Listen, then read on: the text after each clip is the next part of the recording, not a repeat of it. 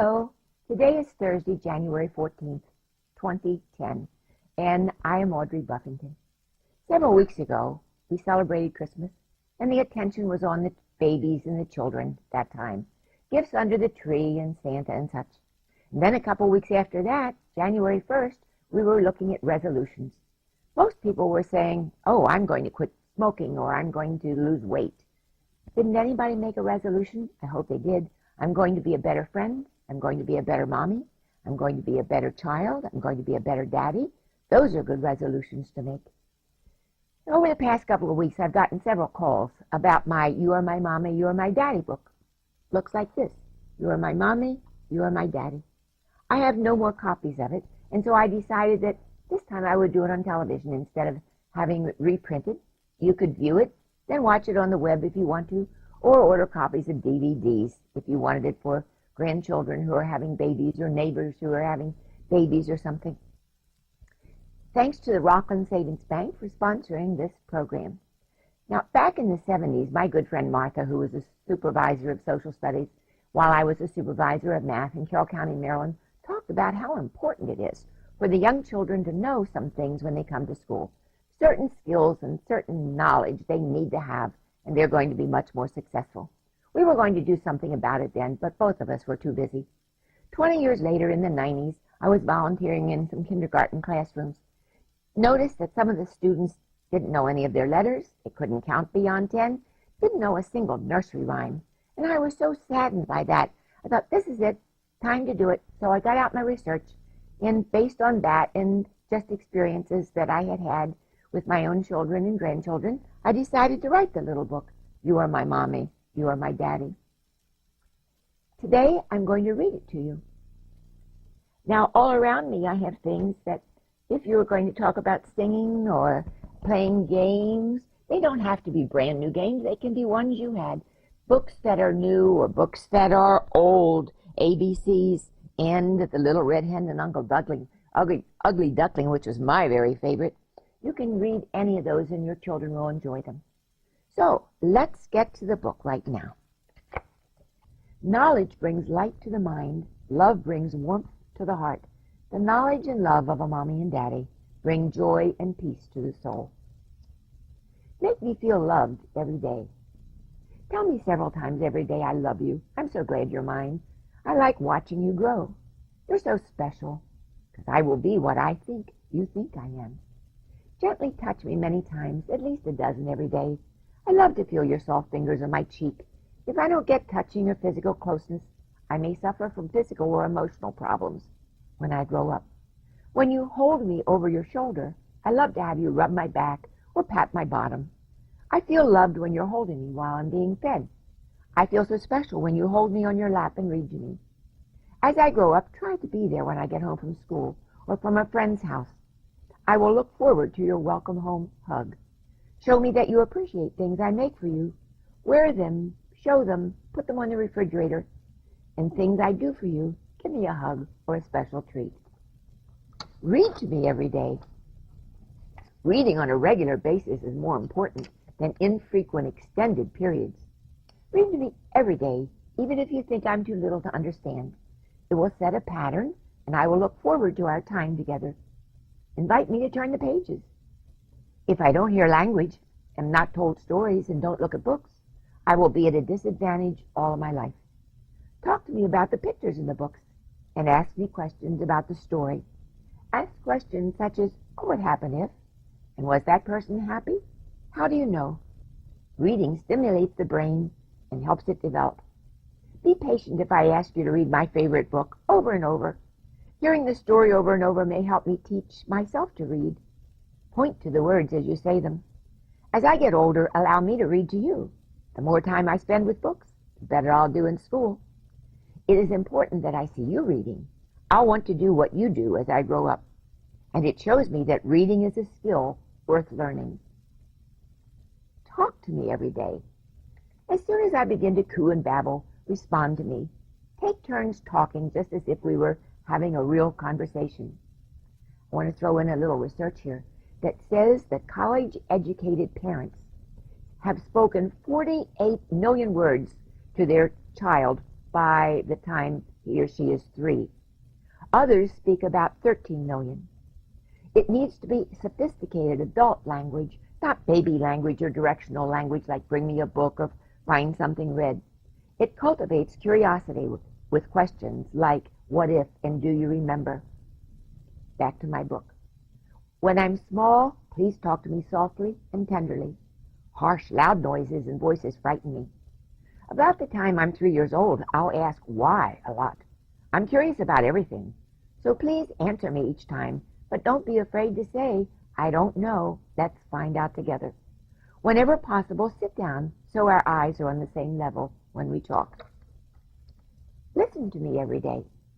This may be one of the most difficult things you'll have to do. Sometimes I will chatter on and on. True listening is love in action. You show me how truly to listen, and as I grow up, I will know how to listen to you and others. Sometimes I'll make up a story. At bedtime, I may want to talk about my day at home or at daycare and plan for tomorrow. Try not to interrupt me or finish a sentence for me. This will require lots of patience, but it will help me. And please take me seriously when I share my thoughts and fears and dreams with you. I will never outgrow my need for you to listen to me. Only by listening do you really get to know me. Hug me every day, even when I'm all grown up. Each hug makes me feel safe, warm, wanted, and loved. It will make my relationship with others more safe when I'm a teenager. Some children have said that everyone needs 12 hugs each day to be healthy and happy. If I get them from you, I won't have to search for them from someone else. Of course, if I'm good, hug me, but I may need a hug even more if I'm sad, frightened, cranky, or if I've misbehaved. Being touched gently on the cheek or hand also feels good. A hug could be called a wonder drug because it can be used to treat many problems: stress, worry, anger, sadness, fear, frustration, and loneliness. Play with me every day. As soon as I'm old enough to see and reach, play with me and my toys. Loud rattles and noises may frighten me, but I love things that move, make little noises, or play music. Toys that require me to turn, push, or pull in order to get lights and music or movement are the most fun and are good for me. If they work all by themselves, I become passive and disinterested. Finger games are fun and help me make believe. Simon Says and I Spy help me learn to follow directions. Imitation, role-playing, and pretending are important in helping me develop a positive self-image, social skills, and language. We can play dress-up, puppets, cars, house, anything. We can draw, color, and cut. These are all skills that will help me when I start school. Be a good model for me. I will learn what I live, what I see, and what I hear. I will mimic you, your actions, your speech patterns, your attitude, your manners, your language, and your social skills. I need you to model dignity, fairness, freedom, kindness to people, kindness to pets, love of reading, love of learning, optimism, organizational skills, responsibility, respect for life, restraint, self-discipline, truthfulness, tolerance. So when you make a mistake, admit it, say I'm sorry, and pledge not to do it again. I will learn from this too. Make me feel safe. If I am crying but am not hungry, wet, sick, too hot, or too cold, I may be afraid.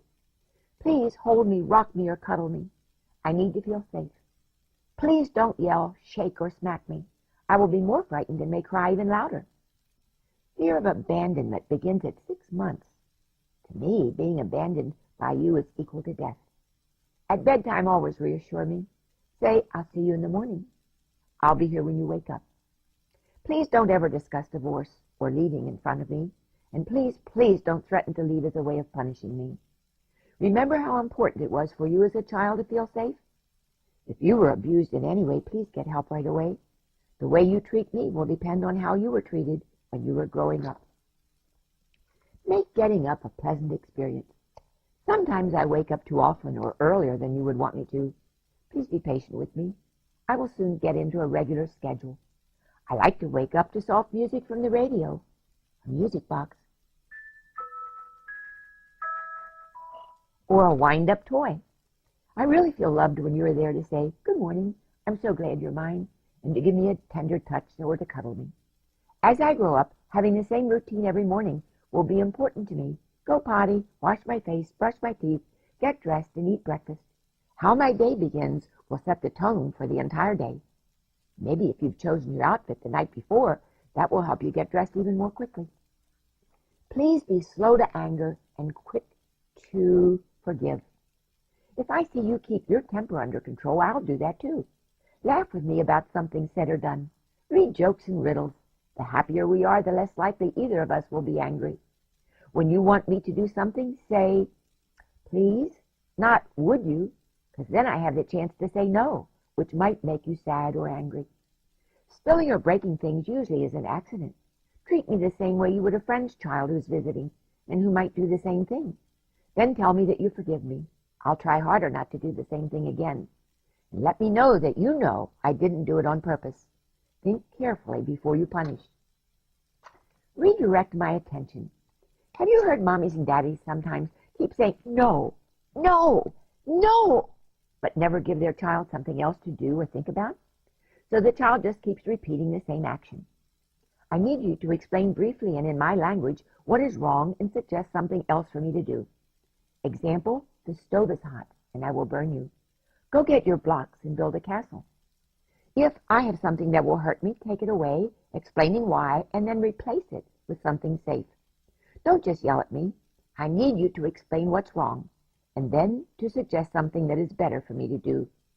If I'm in an unsafe place, take me by the hand and lead me away. Praise me every day. I will grow up loving to please you and all the other adults in my life. When you reward me with hugs and praise, I will know that you have noticed. Some little ones think, if I'm good, no one will notice me, so I'll misbehave to get attention. Make your praise depend on my success and make it fit what I've done. If the praise is not true, I'll know it. Praise me for being good, happy, quiet, bright. Praise me for doing things like putting toys away, sharing, being gentle with my pet, entertaining myself, not crying when I couldn't have a new toy. Praise is a great form of discipline. Model love every day. Since I mimic you, show me how to be a loving person. Let me see you hug members of the family, grandma or a friend. Let me hear you say, I love you. I may be afraid to say it if I never hear it from you. Show me how to love by doing something thoughtful for someone outside the family. Take soup to a sick person, phone or visit a lonely person, send a note to an old friend, volunteer. The love, affection, and warmth you show me and others must be real and without conditions attached. I will grow up to show real love too. I want to insert a little story here. I was invited to a baby shower a couple of weeks ago. There was a little boy who had just turned 3. He was going to be the big brother of the baby that was coming. And he was welcoming the visitors as they came in, but his little cousin, who was about his age, came in, and he went over to her and gently cupped her face in his hands and said to everyone, "This is my cousin. This is my cousin." And then he gave her the nicest, warmest hug. I knew from the minute I saw that that's exactly what he sees happen in his home every day. That his dad, before he leaves for fishing or lobstering, I'm sure, cups his wife's face in his hands and asks her to have a good day and be safe. We learn a lot from our parents and the people we are around. Be patient with me when I'm angry. Anger is hurt that's covered up. When I'm hurting, be gentle and hold me close. If I'm old enough, encourage me to talk about it. Perhaps we can go for a walk and talk. I know you may feel like lashing out at me, but please don't. Take a deep breath and count to 20 before you do anything else. If I have really upset you, splash water on your face or hug a pillow or turn on music and sing. Above all, try to remember how you would have liked to have been treated when you were little and treat me the same way. But please, please don't abuse me. Think carefully before you punish. Teach me good manners. The best way to teach me good manners is to model them. Teach me good table manners. Chew with my mouth closed, use a napkin, use proper utensils, say please. I like meal times that are happy, no fighting or arguing. I also like it when the whole family eats together. Teach me social graces, when to shake hands and when to hug, what to say when I greet family, friends, or am introduced to a stranger, to use a handkerchief or a tissue, not to interrupt when someone is talking, to brush or comb my hair in the bathroom or bedroom, not at the table or in the living room. Teach me to say, I'm sorry, thank you, you're welcome, please excuse me, and yes, Mommy. I need you to be proud of me, and I need to be proud of myself. Teach me values. I will mimic you as I grow up. No matter what you do when I'm little, I will think it's perfect. Please model patience and empathy, love, understanding, sharing, warmth, praise, security, self-discipline with respect to food, drink, and language, honesty, dependability, responsibility, respect for yourself, family, police officers, and teachers, optimism. I want to grow up and be a really good and caring person. My mommy and my daddy, this one says you and my daddy, because I'm reading from the mommy book, are my first teachers. In addition to manners and values, teach me things that will prepare me for school. Teach me to memorize nursery rhymes, poems, and songs. Then I will know how when I need to count and to name the letters in the alphabet. Teach me to use crayons, a pencil, and scissors. Teach me safety rules, to say no to strangers, to wear a helmet when I ride my bicycle, not to play with real guns, to stay close with you in crowds. Please hold my hand. Teach me my name, my address, my phone number, and how to use 911. Don't expect me to be like other children. I'll learn at my own rate because I'm special. Teach me how to sit quietly, how to listen, and how to take turns. Set limits, standards for me. Discuss rights, responsibilities, choices, consequences, and family rules with me. I need to know what is acceptable behavior and what is not. I need you to be consistent, too. No must always mean no. A parent who is high on rules and low in love is dominant. One who is low on rules and high in love is permissive.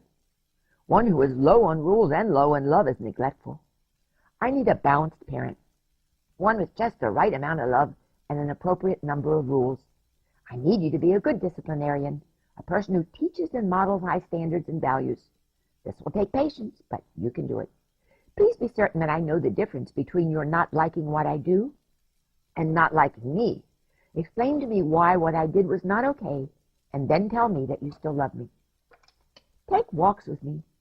Before I can walk, take me out in a stroller. I like the kind where I'm facing you, so you can talk to me and point out interesting things. When I get big enough to walk well, we can take nice brisk walks for exercise, or we can take educational walks where we learn names of flowers, learn to know the birds by their songs, learn shapes from the clouds, and name the animal whose paw print we find. Or we can take walks to enjoy the rain or sun, a sunset, a rainbow. Or we can just walk and talk about joys or problems. Jesse Owens, I just want to insert this, was in the Olympics in 1936. And when he came back from Germany, he worked with young people in Chicago, and he used this phrase: if we walk long enough and talk long enough, there is no problem we can't solve. I used to say that often to my students in high school. We had a campus school, and we could go out around the campus and take a walk and talk. The time together makes me feel loved and valuable. Encourage me every day. I will become what I think you think I am. So remind me often that I'm loved, valuable, creative, bright, and talented. Encourage me by saying, you can do anything you want to do. You can do it. Try it. I have faith in you. I am so proud of you. I'll be here if you need help. We'll take little bits at a time. Don't allow me to say can't. That usually means I don't want to, or I'm afraid I'll fail or be embarrassed. Instead, insist that I say I'll try. Need to insert another little story. My granddaughter, Lindsay, was a Down syndrome child, and she had to work very hard at everything she did, to learn to read and to talk and to walk and to play games and follow directions. And one day she was playing people. That's taking all the little Milton Bradley people out of the buses and the toys, putting them on a table and playing. She had them all out on a very low table like this one. She was sitting down with her feet underneath, and she said, come on, Grandma, play people with me. And I said, oh, honey, Grandma can't get down there and put her feet under that table. And she looked up at me and said, sure you can, Grandma, try it. How embarrassing that was. Within 4 or 5 seconds, I was on the floor, my feet were under the table, and we were playing people. So don't use can't, and don't allow your children to do that. Read stories to me about people who have become successful, or stories that show courage and hard work. I love the little engine that could. And one of my favorite stories was the ugly duckling and the little red hen. Make me feel valuable. From the moment you learn that I'm coming into your life, become committed to me and to being a family. Be certain that I know that whatever happens, you'll love me and think that I'm valuable. Feeling valuable makes me feel good about myself and will help me make wise choices about caring for myself. People take care of valuable things and they ooh and ah over them, spend time with them and enjoy them. So please ooh and ah over me and spend time with me. If I feel valuable, I take care of myself in all possible ways. No alcohol, drugs, tobacco, or teen sex, for example. Treat me the same way you would treat your friend's child. I need to feel at least as important as he or she feels in your presence. Play games with me. Board and card games help me become a good winner and a good loser. I like the Uncle Wiggily games, and this is a relatively recent one. Most games teach me to take turns, follow rules and directions, and develop my memory. Puzzles are great. They help me develop strategies based on color, shape, size, and subject. But don't take over when we play. I'll learn to give up and let someone else rescue me. I need to learn to solve my own problems. Watch TV with me. Unless you guide me as I watch television, I will see 8,000 murders by the time I'm a teenager. I may begin to accept murder as an everyday event with few, if any, consequences. I need you to help me choose the right programs and then to turn off the TV so that I learn to read and play games. Please don't use TV as a babysitter. I'll become a passive learner and just sit in school and expect to be entertained. TV takes away my chance to imagine and dream. The creators and producers do that for me through music, sounds, and image. I hope you'll watch TV with me. Then we can discuss what happened and why. Besides, I'll treasure the time you spend with me. I need to see you spending time with other members of the family and friends without having the TV on. I must learn that the TV is not to be used to replace talking and sharing. Sing to me every day. When I'm very small, sing lullabies to me. Singing usually makes everyone feel happy. Hearing your voice makes me feel happy. As I get older, I want to sing songs with you. Memorizing the words to songs will help me learn to memorize other things, like multiplication facts, when I go to school. You can get books from the library with songs and finger plays. I will like Inky Winky Spider and I'm a Little Teapot. Exercise with me. You're my model here, too. Since I probably will follow in your footsteps, be active. Please don't be a TV-watching couch potato. Exercise will keep you healthy, and I need you to live a long, healthy life. Depending on how old I am, we can take walks, ride bikes, go on a hike, play on the beach, go sailing, skip rope, roller skate, play ball, play hide and seek, jog, do sit-ups and jumping jacks, swim. Time you spend exercising with me makes me feel loved and valuable. Help me dream. Cinderella sang, "A dream is a wish your heart makes." Please listen to me talk about the wishes my heart makes, my dreams, and help me make them come true. They will, you know, through hard work, optimism, caring, honesty, love, creativity, and goal setting. Talk to me about dreams you had when you were little. Read stories to me of people whose dreams came true.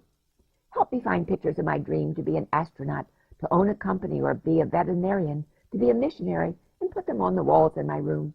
If I don't have a dream, how can it ever come true? Teach me everywhere. Talk to me while you shop. Talk to me about numbers, colors, letters, size, tall, short, thick, thin, narrow, wide, heavy, light, and position, above, below, under, high, low, on a bus, a boat, a plane, or in a car. Talk to me. Talk and ask questions about houses and fields, signs, clouds, stars, colors, letters, and numbers. The more I know, the better start I'll get in school. Make going to bed a pleasant experience. When I'm tiny, try to have a regular bedtime for me and begin a simple routine. Perhaps a bath, a diaper change, a back rub, rock me and sing, or play soft music and give me a hug. A soft blanket or stuffed toy for me to hug would feel good too. As I get older, give me time to change from my play to my bedtime routine. Say things like, in 5 minutes, we're going to be going upstairs, so start to pick up your toys. Plan time to review the things that happened during the day, things that were learned, and discuss plans for tomorrow. Read a story to me, or sing a song to me, or say a little prayer with me. These last minutes before I fall asleep are so special. I need you to remind me how much you love me and that you'll be there all night and in the morning when I wake up. I need to feel safe. I need the last thoughts I have before falling asleep to be happy and positive. Respond to me promptly. I do not cry on purpose, so when I do cry because I'm wet or hungry, please pick me up as soon as you can. Change my diaper or feed me. If I continue to cry, check to see if my diaper is pinching me or if the label in my nightie is scratching me. But don't shake me, ever. You could cause neck or brain damage. When I grow up and begin to talk, please answer me the first time I call. That will make me feel valuable and may avoid yelling, tears, and tantrums. I want to insert this little story of a boy at the table who said the whole family was talking and he said, "Please pass the rolls." No one paid any attention to him. A little louder, please pass the rolls. No one paid any attention. A little louder, please pass the rolls. Nobody paid any attention to him, so he dropped his plate on the floor. That got everyone's attention, and then they got all upset and punished the child. Had they paid attention the very first time he spoke, there would have been no need for punishment, and everyone would have been happier. Remember how you wanted to be treated when you were little? You did not want to be ignored. You wanted to be treated with respect. Visit me at school. When I get older, I may be in daycare, preschool, Head Start, kindergarten, or first grade. Take time to visit me and meet my teachers. I'll be happy when you've taken the time to show your interest in me. You also might learn songs, stories, teaching, and disciplining techniques when you visit. You might be able to borrow books, games, or toys. Send me off each day with a good breakfast and a big hug. Assure me that I'll see you at the end of the day. That will make me feel happy and secure, and we'll both have a good day. Thank you for being my mommy, and thank you for being my daddy. Look in the mirror every day and say to the person you see, I'm a good mommy. I'm a good daddy. I'll always love my child, no matter what. And now give yourself a big hug. You deserve it.